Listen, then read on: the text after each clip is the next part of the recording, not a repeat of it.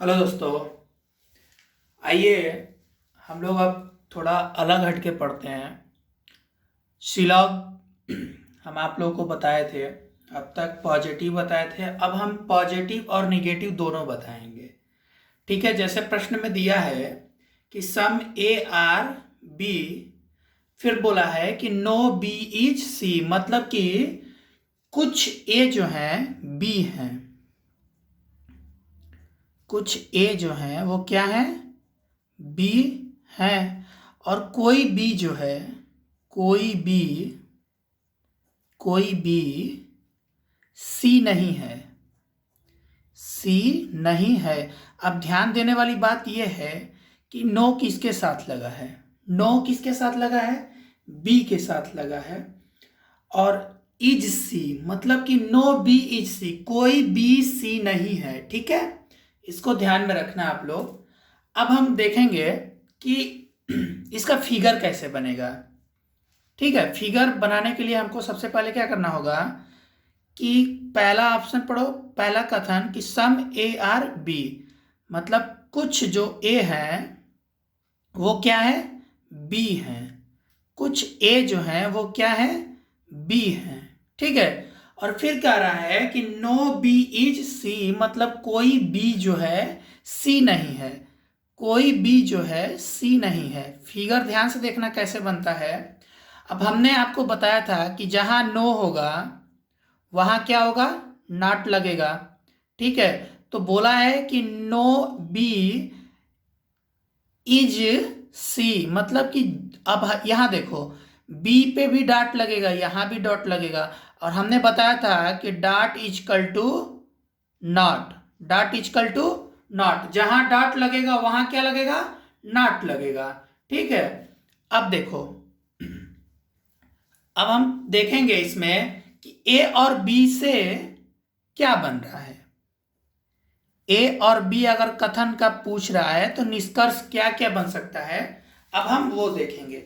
तो देखो, जितना ये भाग है वही भाग क्या होगा हमारा, निष्कर्ष उतने से ही निकालेंगे जितना कहा है। सम ए आर बी मतलब कुछ ए बी है, तो सम सम ए आर बी। ठीक है, कुछ ए बी है, तो हमने बोला था कि जब सम ए आर बी होगा तो सम बी आर ए भी होगा, होगा ना। अब तो धीरे धीरे आप लोगों को भी समझ में आ रहा होगा। अब देखो, ए बी का हमने निकाल लिया, अब हम निकालेंगे बी और सी का संबंध, बी और सी का संबंध। तो बी में बोला है कि no B is C, no B is C, मतलब कि कोई बी जो है सी नहीं है। ठीक है, तो हमने क्या बताया था कि जब नो बी इज सी बनेगा तो नो सी इज बी भी बनेगा। ठीक है, इसको दिमाग में बैठेगा। और जहां नो होगा वहां क्या होगा, नॉट होगा। तो फिर इसमें बनेगा कि सम बी आर नॉट सी। ठीक है, जब सम बी आर नॉट सी बनेगा तो सम सी आर नॉट बी भी बनेगा। इसको आप दिमाग में बैठा लीजिएगा, बी और सी की कंडीशन ये होगी। अब इसमें देखेंगे कि ए और सी की कंडीशन क्या क्या बन सकती है। तो देखो, मैं दो कंडीशन लिख रहा हूं, दोनों में सही कौन सा होगा इसको समझ लो। जैसे सम ए आर नॉट सी अगर देता है और सम सी आर नॉट ए देता है, ये देखो दोनों कंडीशन कथन अलग अलग हैं।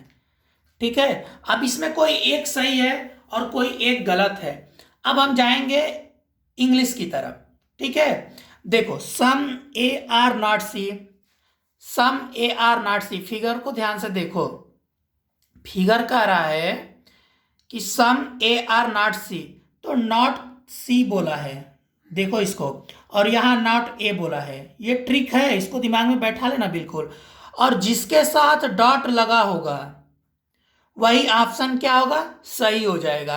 और जिसके साथ डॉट नहीं लगा होगा वो वो कथन गलत होगा। इसमें कहीं डॉट लगा है, ए वाले में कहीं भी डॉट लगा है नहीं लगा है। तो इसका मतलब जिसके साथ, अगर ये सकारात्मक है तो इसको हम नकारात्मक नहीं बनाएंगे, हम शुरू में ही बोले थे। और जो दूर की चीजें हैं उसको हम पास नहीं लाएंगे, ठीक है। तो ये वाला ऑप्शन क्या हो जाएगा, गलत हो जाएगा। क्यों?